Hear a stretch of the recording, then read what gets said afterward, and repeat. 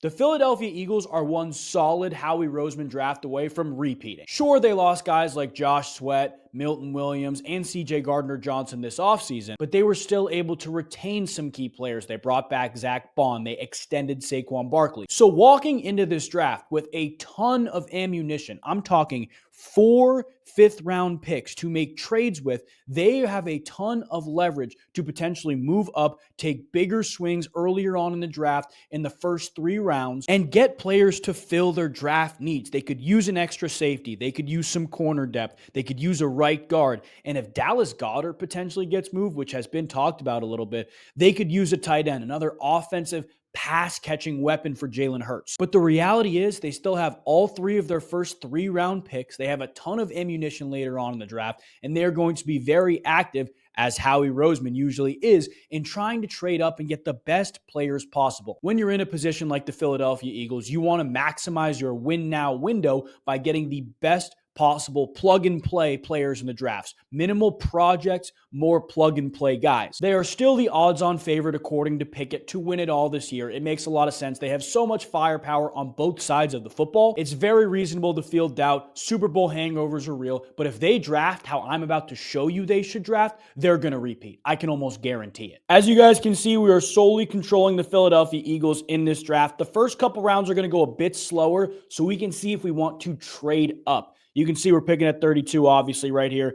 But teams ahead of us like the Buffalo Bills, Washington Commanders, Detroit Lions, Baltimore Ravens all need edge rushers. Edge rushers typically go in the first round. So if we can leapfrog them by mortgaging a day 3 pick or a day 3 pick and a pick swap, we're going to do everything we can, especially if a guy like James Pearce Jr. is on the board, a guy like Mykel Williams, somebody like that we know we really like and could use at the edge position. We're going to do what we can to be aggressive in our win now window to try to get up there and take them. And as you can see, picks 26, 25, and 24, like Vikings have 2 pretty good edge rushers. The Texans have 2 of the best edge rushers in the NFL, and the Rams are probably not going to go back-to-back years in the first round at edge rusher, especially with all the other needs on their team. So if we can make it out unscathed here with Green Bay not taking an edge, we should probably try to trade up. I'm going to skip ahead to about pick 20 for you, and we'll see you there. Okay, so here we are, pick 21. Shamar Stewart's off the board. Mike Green is off the board. Mykel Williams is off the board.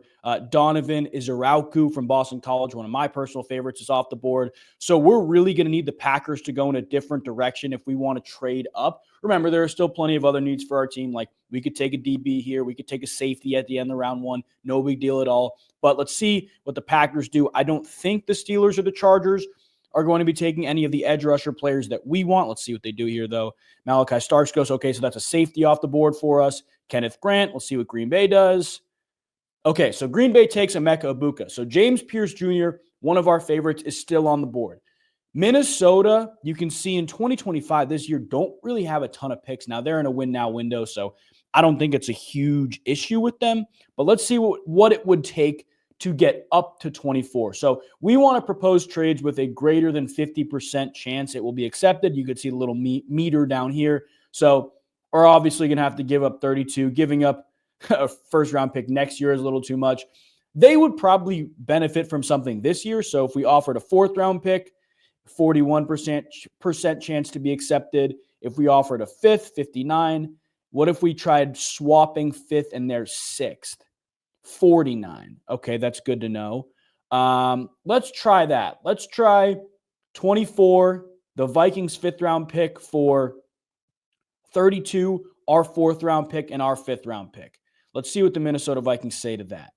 Okay, they accepted it. There we go. So we're on the clock here at 24. The 49% chance of that trade being accepted worked. So we're obviously going to take James Pearce Jr. here. This is the edge rusher prospect we like the most. This guy's pretty good against the run, but can get after the quarterback. After you lose Josh Sweat, you got to fill it with some type of athletic prowess, somebody to get after the quarterback. On the other side of Nolan Smith with Jalen Carter on the inside, like this defensive line is really good, and we could see it won them the Super Bowl last year. Obviously, a lot of other factors played into them getting there, but pretty much won them the Super Bowl last year. And you could see the vast majority lining up in that wide 9 outside the tackle, just pinning ears back and getting after your quarterback. So James Pearce Jr. is going to be the pick here for the Philadelphia Eagles at 24.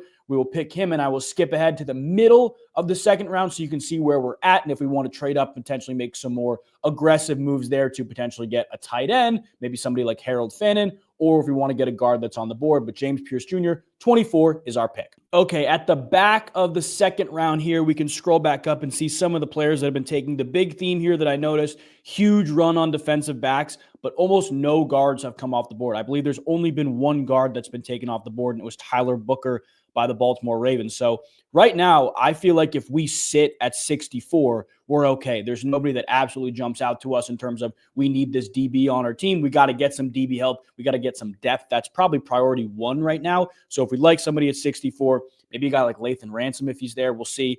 But that's kind of what we can look at now. But if there's a guy who's played a ton of snaps at right guard, that's the big need we want to fill along the offensive line, because at the end of the day, guys, you got to take swings in your Super Bowl window to fill voids right now. I'm not sure if Kenyon Green will cut it at right guard. Let's move along in this draft. We'll see the players that go before us here. Houston, they take Cam Scadabo, very interesting. The Baltimore Ravens, Elijah Arroyo. Also, don't forget, we could look at some tight ends.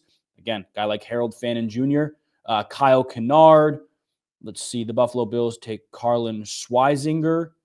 And Jared Ivey goes to the Kansas City Chiefs. So we are looking here, again, the best overall players, a lot of defensive linemen. We took our edge rusher. I don't think we need to take a bigger swing at defensive line right here. There are teams that are trying to trade right now. Nobody's really trying to trade right now. But looking at our positions of need, so guys like Mason Taylor, Terrence Ferguson, Harold Fannin Jr., going back into here, maybe we try to move up in the third round to get one of those guys. I'm not really sure where they're going to go. DB help, safety before corner, right? We do want to look at that. But we have Kevin Winston Jr., again, a guy like Lathan Ransom. Andrew Makuba is a very, very good player, can do a lot of different things. And then when we go look at the guard position, a guy like Jared Wilson is fascinating. But, he was a center. You got a guy, Tate Ratledge, Willie Lampkin. Willie Lampkin was the guy I really liked because he played both center, left guard, and right guard. More recently, right guard, so he could come in and be the right guard. Tate Ratledge has only played right guard. So right now, again, if you want to get somebody to immediately come in and contribute, what's more important to you right now? Do you feel like Kenyon Green can be masked by the other great offensive linemen you have?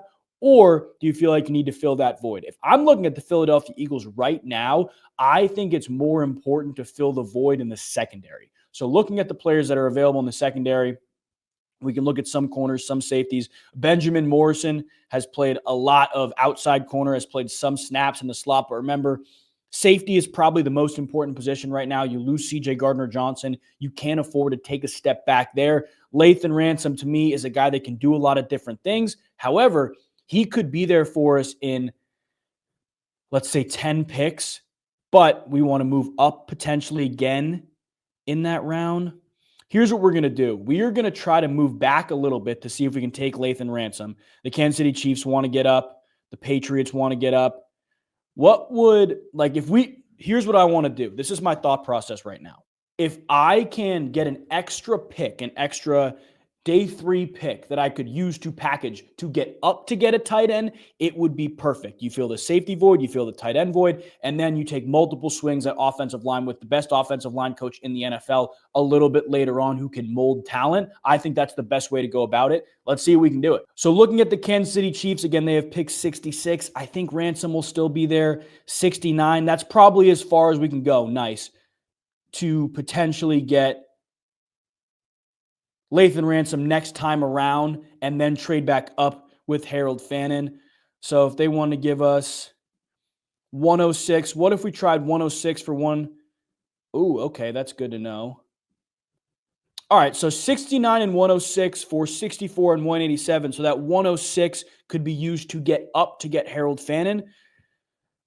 We don't need that 187. What if you threw in 238, 220? Let's see if we can get an extra pick from New England. Okay, there we go. So we are back down to pick 69. Let's see what the New England Patriots here. We pray multiple safeties don't go off the board here. Giants probably won't take a safety, right? Giants take Jalen Milroe. Kansas City probably won't, right? They take Josiah Stewart.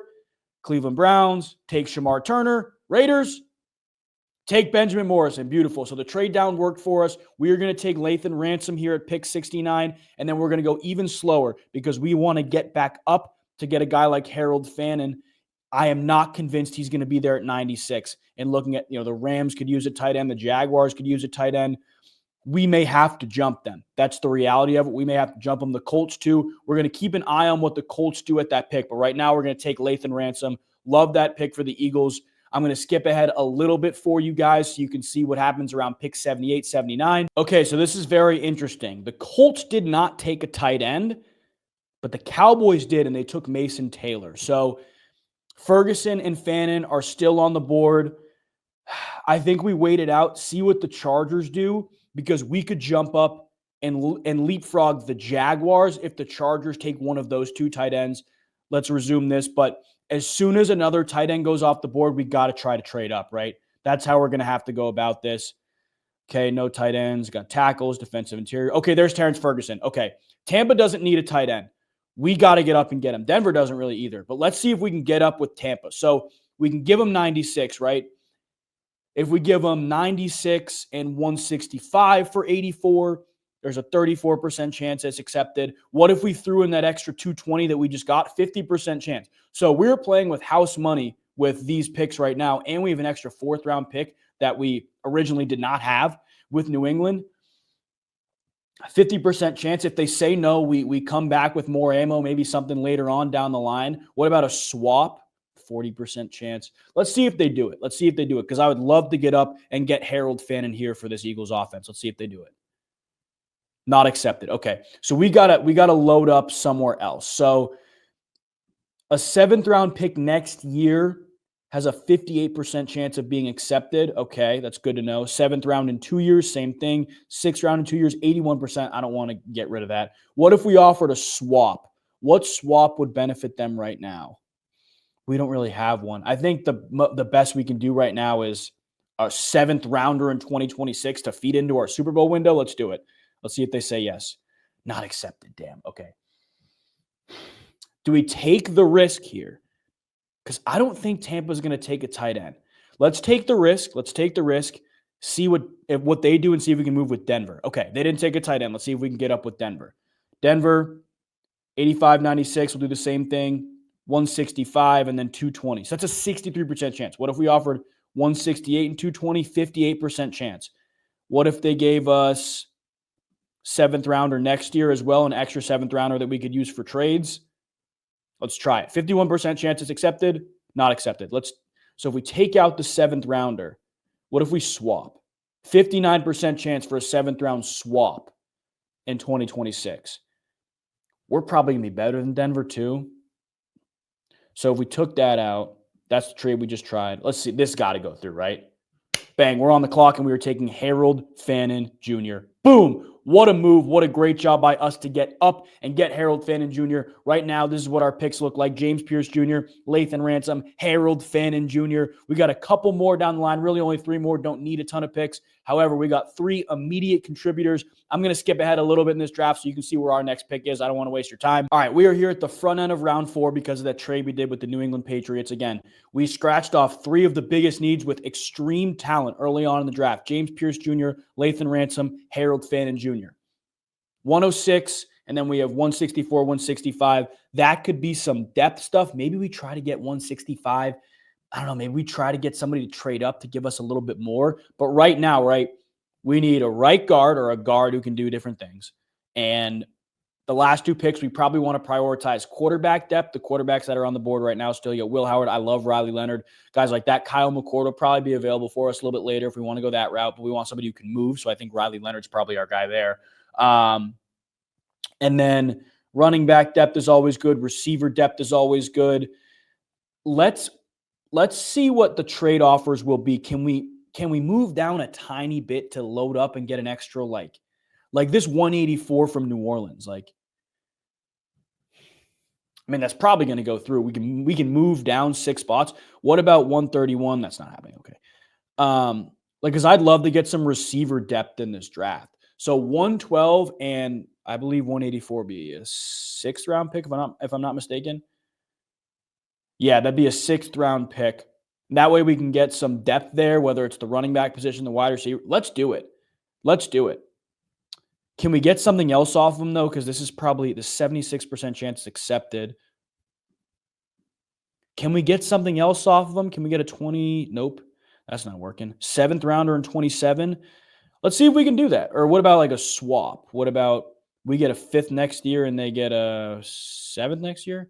5% chance. Ooh, okay. What about just a straight up 6th, straight up 7th?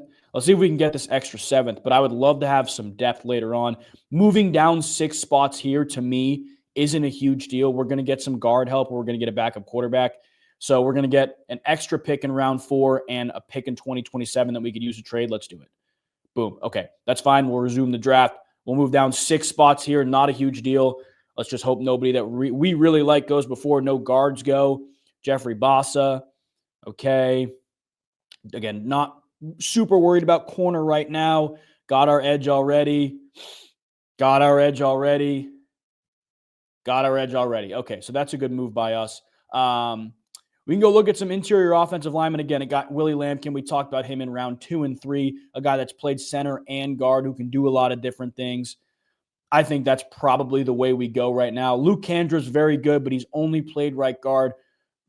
How much do we trust that? Do we want to try to lean into depth at other positions and trust our offensive line coach, who's one of the best in the league? I think we may want to do that too. We can look into some of these other guys. Elijah Huzzy, Kobe Bryant, a guy that's primarily been an outside corner, right? We want some nickel help. Do we want to do that, or do we want to prioritize putting Cooper DeJean in there? This is tough. Mello Dotson, a guy, again, outside guy. This is tough. Denzel Burke can do a lot of different things as well. This is really tough. Let's see what receivers are available too, just off raw talent, right? Let's see if we can nab anybody here. Troy Horton's a very good player. Kobe Hudson. The guy I really like, and I want to try to see if we can not prioritize, but find out what he's all about, is Nick Nash. But at the same time, like, you want a guy who's played a little bit more in the slot, not Troy Horton, but a guy who's played a little bit more in the slot who can do different things for you, because you got 2 dominant guys, 2 dominant outside guys already. I think the way you go right now is probably interior offensive lineman, because the reality is if you get Willie Lampkin, he steps in, he's better than Kenyon Green, your offensive line is getting better. So let's go Willie Lampkin here. Let's build up the guard position. I'll skip ahead for you guys to 164. Okay, so we are back here at 164 and 165. We have back-to-back picks. The way we want to finish this draft in an ideal world is a DB that can do a ton of different things, play in the box, play safety, play outside, a DB that's very multiple, probably some receiver depth, preferably somebody on the inside, and then a backup quarterback or a third-string quarterback, because DTR to me is not going to cut it as a backup, at least from when I've seen in Cleveland. I think they can take a chance on a quarterback to potentially come in and improve. You look at some of these guys like Tyler Show will not be here later on. Like, that's the reality of it. I'm not even going to take him in this draft because it's unrealistic that he falls this far. But potentially guys like Kyle McCord, Quinn Ewers, nobody really that's doing it for me later on. So you want to be a little more aggressive right now, taking a quarterback. Looking at receiver, a guy I was really looking at is Jimmy Horn Jr. I think he will be there for us a little bit later on, so we don't need to be aggressive with him right now. And then looking at the DBs, you got guys like Quincy Riley, again, outside corner. We want to go through and find the guys who can do the most, right, at the corner position and the safety position. So, like, you get a guy like Robert Longbeam, primarily outside corner. You look at a guy like Caleb Ransaw. Look at this. 305 snaps last year in the slot. Not a ton last year outside, though, so that's not good. We want somebody who's been used as the gadget guy. This right here is what I mean. Look at this. 178 slot snaps, 209 in the box playing down, like coming down, 284 playing deep as a safety, but only 3, 9, and 4 on the outside. We want somebody as well-rounded as possible, like a Jalen Smith, who's, played some deep snaps, played in the box, played a bunch in the slot and on the outside, can do so many different things. that is probably the direction we want to go, especially because if we want a corner, we already took a safety. Jalen Smith can be the next guy. We're going to take him at 164. And then I think we take our swing on a quarterback here, unless there's some crazy receiver talent that I'm missing. Ty Felton, I mean, can do a lot of different things. We want somebody who's mainly been in the slot, somebody who's going to buy eyes with motion. Antoine Wells Jr., not a slot guy. To me, again, I keep going down to this. He's available later on, Jimmy Horn Jr. I wonder if we could leverage this pick and try to trade again to get like Denver. Can we get Denver's 197? Not going to be accepted. Okay. What if we gave him, or could we swap 208? No, 220.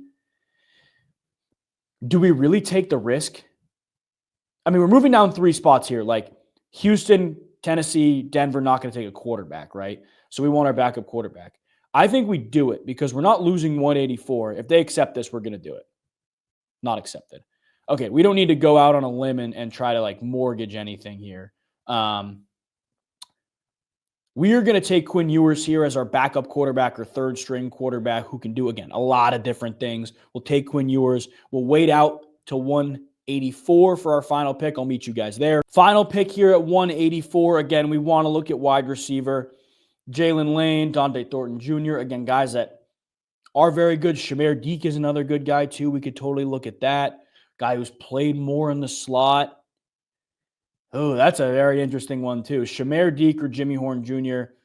I mean, it's going to be one of the two. I like Jimmy Horn Jr. more than I like Shamir Deke, so I'm going to take Jimmy Horn Jr. That will be our final pick, and I'll recap the draft for you guys at this next scene. This is what the final mock draft looks like. If the Eagles walk into next season with James Pearce Jr. on their defensive line, Lathan Ransom in the secondary with a full healthy training camp, and Harold Fannin Jr. in their offensive pass catcher room, they're going to win every game by 20 points. This is the best team in the NFL after this draft. If you enjoyed this video, please leave a like. It lets me know you like this type of content and helps me understand which type of content to make more of for you guys. And if you're new, make sure you subscribe so you don't miss any of these single team NFL draft breakdowns leading up to the draft starting April 24th. I will be making one for every single NFL team. God bless.